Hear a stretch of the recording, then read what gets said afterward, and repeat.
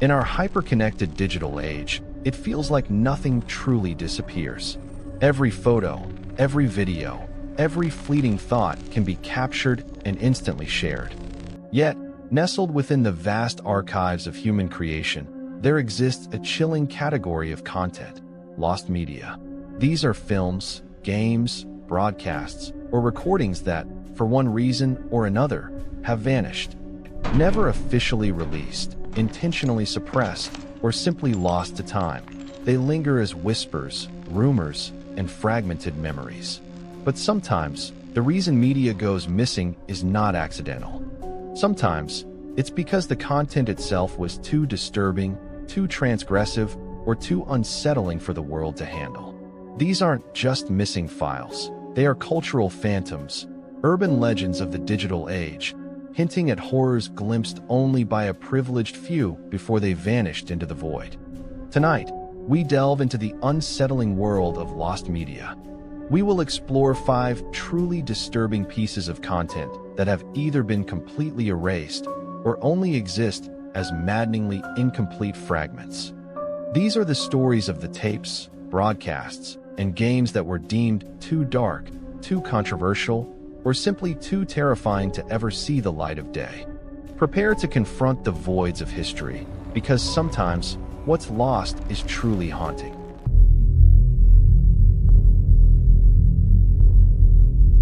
Our first entry isn't just lost. It's an infamous moment of terrifying broadcast intrusion. On November 22, 1987, Chicago television viewers experienced what became known as the Max Headroom incident, a chilling hijacking of 2 separate TV broadcasts by an unknown individual. It started during the evening news on WGN-TV. The broadcast suddenly cut to black, then shifted to a distorted, flickering image of a man wearing a Max Headroom mask. Max Headroom was a popular AI character from an 80s sci-fi show, known for his stuttering speech and digitized appearance. But this wasn't the show. This was a crude, low-quality video of a figure jerking erratically, his voice a garbled, high-pitched squawk over a buzzing audio track.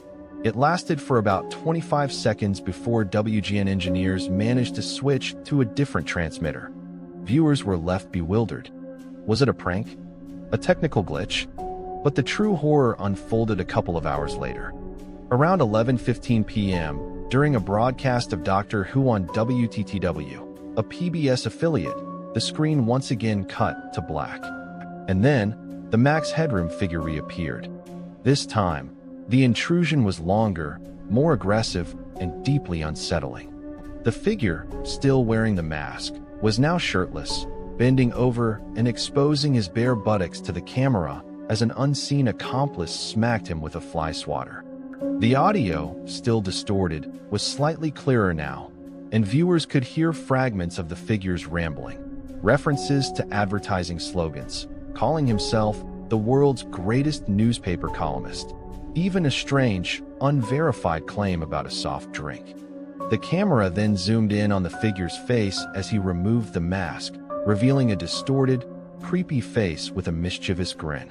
His eyes were wide, unnervingly focused, and he stared directly into the camera as if making eye contact with every viewer.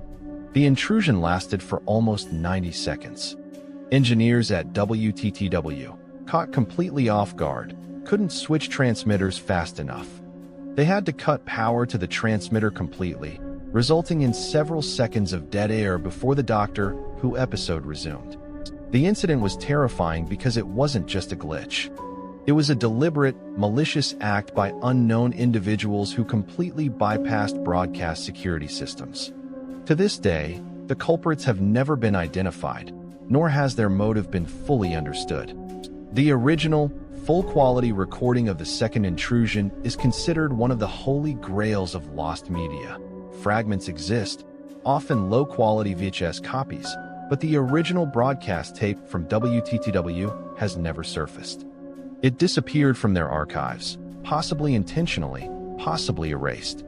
The Max Headroom incident remains a chilling testament to the vulnerability of broadcast media and the unsettling power of anonymous, disturbing spectacle. It's a piece of lost media that, even in its incomplete form, continues to haunt our collective memory.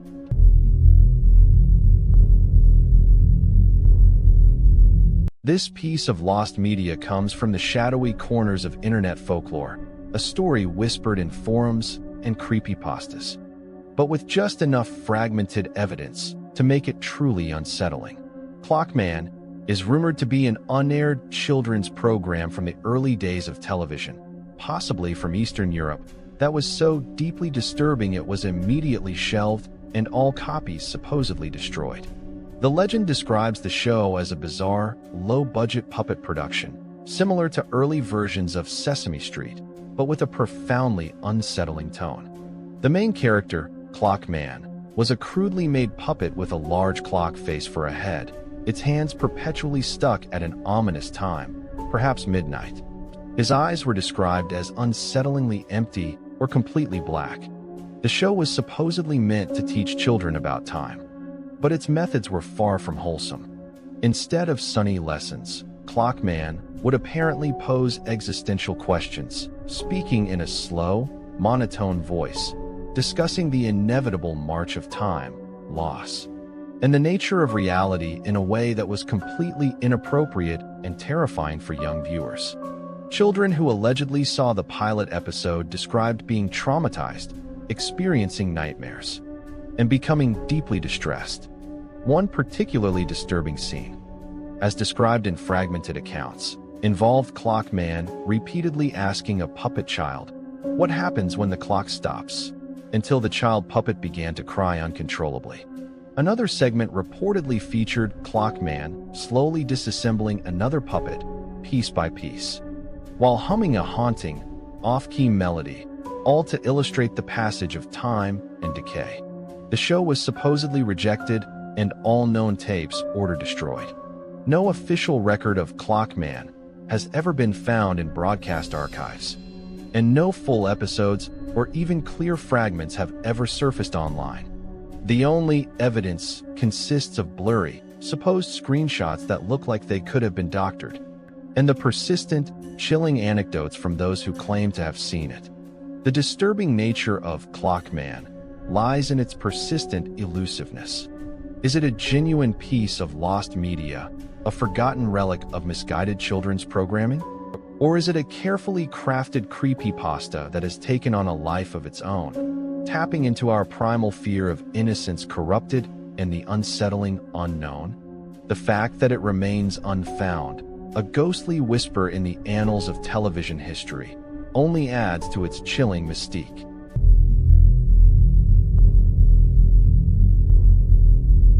This next piece of lost media is perhaps the most famous and persistent urban legend in the world of video games, Polybius.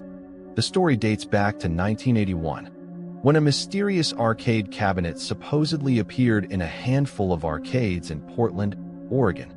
The game itself was described as a vector graphic shooter, similar to Tempest or Space Invaders, but its gameplay was secondary to its alleged effects on players. Within weeks of its appearance, players reportedly began experiencing severe side effects. These included intense nightmares, night terrors, amnesia, epileptic seizures, and even powerful psychoactive effects, such as intense addiction, paranoia, and suicidal ideation. Some accounts claimed players would completely forget their names and addresses after playing. What made the legend even more sinister was the alleged presence of men in black who would regularly visit the arcade cabinets.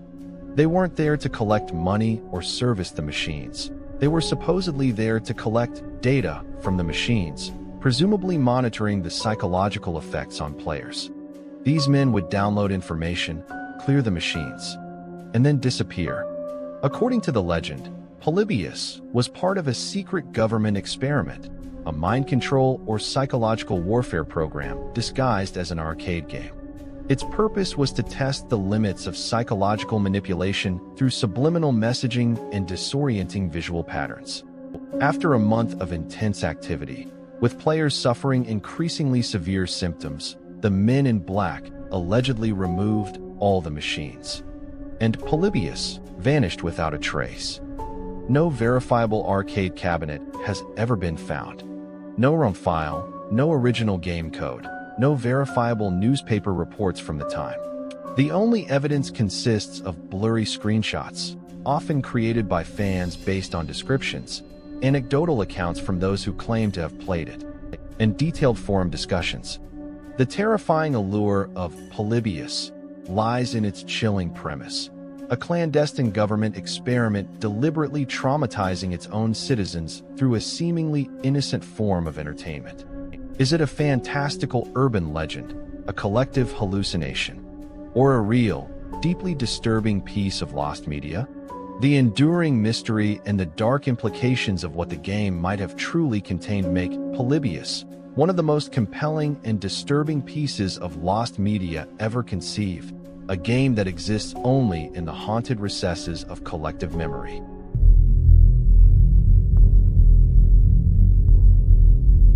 Our fourth entry into disturbing lost media isn't a broadcast or an arcade game, but a truly unsettling experience rumored to have originated from the deepest, darkest corners of the internet: Sad Satan.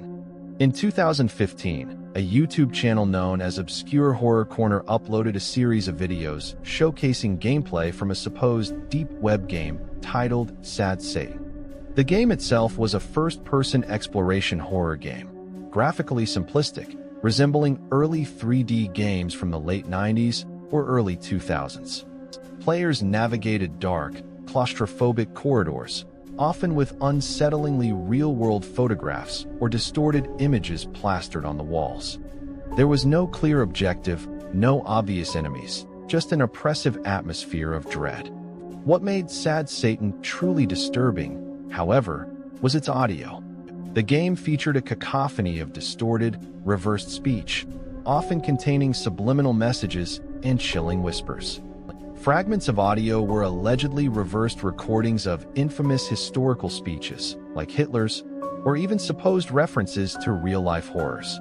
The gameplay also included flashes of disturbing imagery, photos of mutilated bodies, occult symbols, and chilling text messages that appeared on screen, sometimes referencing topics like child abuse.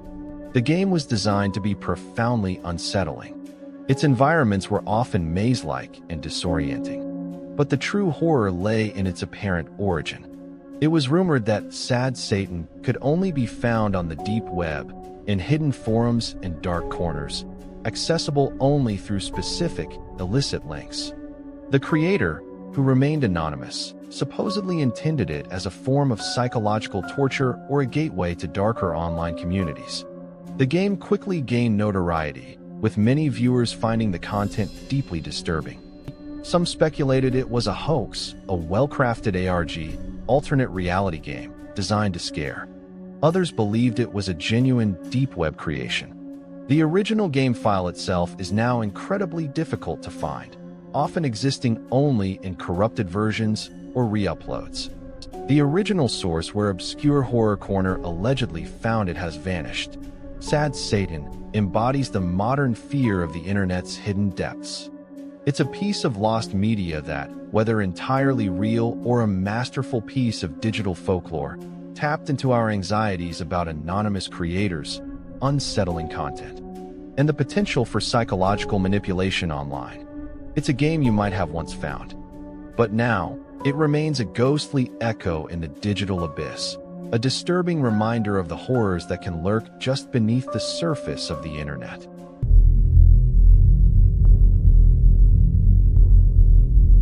Our final piece of disturbing lost media takes us back to the chilling reality of cults and the power of manipulation. The Heaven's Gate cult, famous for their mass suicide in 1997, left behind a vast trove of video and audio recordings. While much of it is publicly available, a specific category of their early recruitment tapes are rumored to be lost, suppressed, or intentionally destroyed due to their profoundly disturbing content. These early tapes, dating from the late 70s and early 80s, allegedly featured the cult's two leaders, Marshall Applewhite, Do, and Bonnie Nettles, T, in a much more aggressive, emotionally manipulative, and psychologically destructive light than their later, more sanitized videos. Rumors suggest these tapes contained extremely coercive language, hypnotic repetition, and terrifying threats of cosmic punishment for those who resisted their teachings. They weren't just explaining their beliefs, they were dismantling the minds of potential recruits. One particularly disturbing rumor describes a tape where Applewhite would force potential recruits to sit in silence for hours, staring at a blank screen. While a disembodied voice, presumably Applewhite's or Nettles's, would whisper repetitive, emotionally abusive phrases, slowly stripping away their sense of self and their connections to the outside world. Another rumored tape allegedly showed live, recorded debriefing sessions where new recruits, clearly sleep-deprived and disoriented, would publicly denounce their families and past lives, often in a disturbing, emotionless monotone. These tapes were supposedly played repeatedly to new members, functioning as a form of brainwashing. Accounts from former members who managed to escape mention the unsettling power of these early recordings, describing them as far more potent and insidious than the later, calmer public videos. When the cult achieved notoriety, these early, raw recruitment tapes allegedly vanished from circulation, perhaps destroyed by the cult itself to present a less extreme image, or confiscated and sealed by authorities. While the cult's public videos are bizarre enough, the idea of these lost, early recruitment tapes being even more psychologically damaging is truly terrifying. The disturbing nature of this lost media lies in its potential to reveal the true, unvarnished process of human psychological destruction, the precise methods used to break down individuals and lead them to their ultimate, horrific fate. The mystery of these lost tapes serves as a chilling reminder of the dark power of charisma and the terrifying vulnerability of the human mind when confronted with manipulative media.